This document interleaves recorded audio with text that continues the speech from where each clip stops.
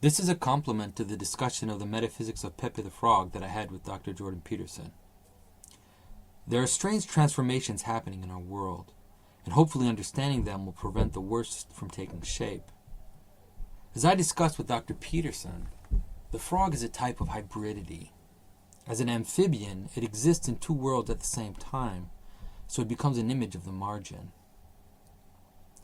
Another possible aspect of the margin and the monster as we encounter it is to be a shapeshifter. Shape-shifting, like hybridity, is the sign of the place where categories fall apart on the edge. In the case of shape-shifting, this characteristic is presented mostly as a power of the margin. It's the power of fluidity, like a trickster taking on several forms to operate his mischief.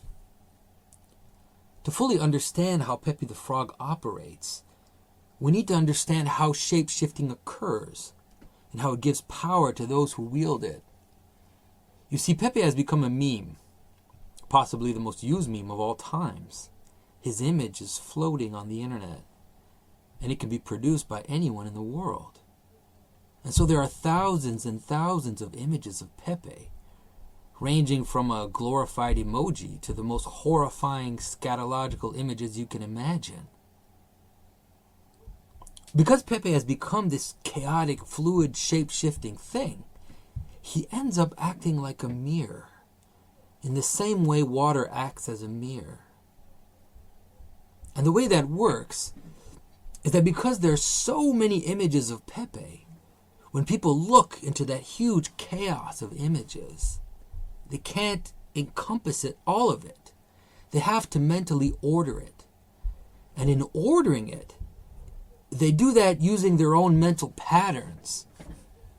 That is, they project their thinking into this chaos. And as they force the chaos to take shape, it becomes an image of their own ideas, maybe their own ideological possession. And so one of the things that has been happening is that some people on the right, what some groups are calling the alt-right or whatever, have been using this effect to act as a mirror against the social justice warrior types. It even went so far that the SJWs finally declared Pepe a hate symbol. The Anti-Defamation League said that Pepe was a hate symbol. I mean, this frog, this cartoon frog, it was so ridiculous that the ADL finally scaled back some of the language they use. I mean, of course it was politically motivated, but how could such a silly thing happen? Well, certain images of Pepe, a few of them in the thousands and thousands of images available, had racist themes. And so there was a Hitler Pepe and a KKK Pepe, a scheming Jew, African stereotypes using racist slurs, cliché Mexicans. All of these examples were floating with the other thousands and thousands of Pepe images online. But when the social justice warriors looked in this mirror, this pond of Pepe images, all they could see were the ones that reflected back to them their own ideology, or rather like a mirror, an inversion, the dark shadow of their ideology. Of course, immediately the accusation came. Pepe is a racist symbol. He's a hate image. And the irony is very big because, first of all, no one controls this image. No one has any control over it. Pepe is everything and anything and nothing at the same time. By declaring publicly that he's a hate symbol, the SJWs are pointing to their own absurdity, and this to the delight of those that use this image. But hiding in this is an even larger irony. If you look at the images that they pulled out as being racist images, there's this strange contradiction in them. You see, on one side there's Hitler Pepe and KKK Pepe, and there's a Trump Pepe. While on the other side there's the scheming Jew, the African American, and the Mexican. This means that Pepe is at the same time the archetypal oppressor seen from the side of the victim, all the while being the archetypal scapegoat, seen from the side of the oppressor. That is, Pepe is both sides of racism at the same time. When the SJWs look at that, automatically, without even thinking, they organize it through the ideology. And it exposes their program because they automatically decide that when Pepe is Hitler or KKK or Trump, Pepe is identifying with those people. But when he's a scheming Jew or a Mexican, Pepe is mocking and criticizing those people. Why is such an absurd image of Hitler as a cartoon frog not seen as mocking Hitler? In fact, all the SJWs are seeing is a reflection of themselves, of their nightmare, of their shadow. The rather pathological desire we've seen in the past few months to accuse everyone of being Hitler or a neo-Nazi or a white nationalist is an expression of their secret desire, the desire to be confirmed through an encounter with their projected other. And it's funny because the discourse of otherness has been an ideological tool of the left since the 1960s. And now we're at a time when it has come back to haunt them.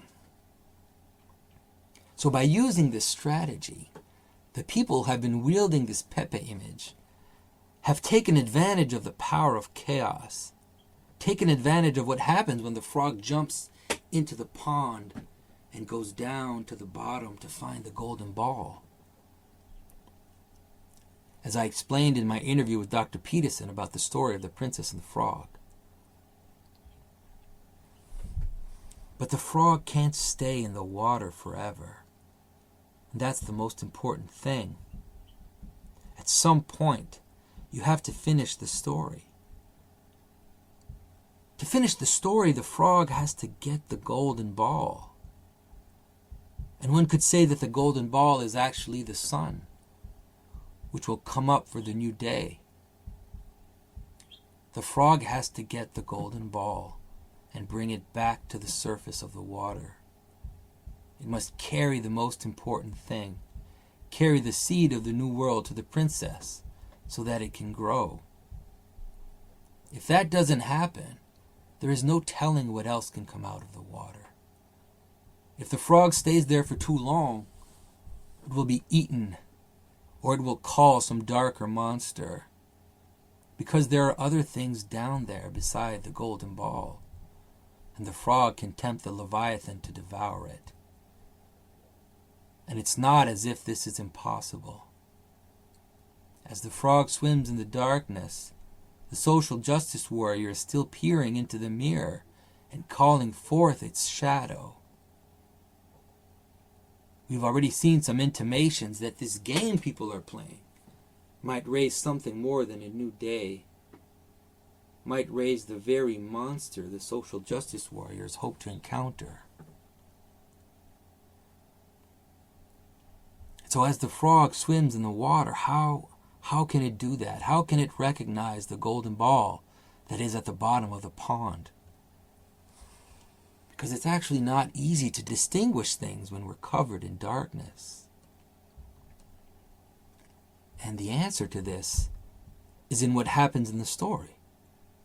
The frog has to get out of the water and become a prince. The frog has to become something else. And bringing up the golden ball is the same thing as the transformation of the frog into a prince. One cannot happen without the other. And so, as Dr. Peterson has often suggested in his lectures, the way to do it is to sort ourselves out, is to go into our own self and to find the golden ball that is hidden in the darkness. To go down and find the most important thing of Western civilization. And Dr. Peterson has suggested the most important thing of Western civilization is the Logos. It is truth. It is the Word. We have seen how noise has been the chaos used to drown the Word. What I'm going to talk about is freedom of speech, and I want to tell you a few things about freedom of speech, okay? Because I've been thinking about this very carefully. I've been thinking about this very carefully over the last 2 weeks. And it's partly because of the videos that I've made.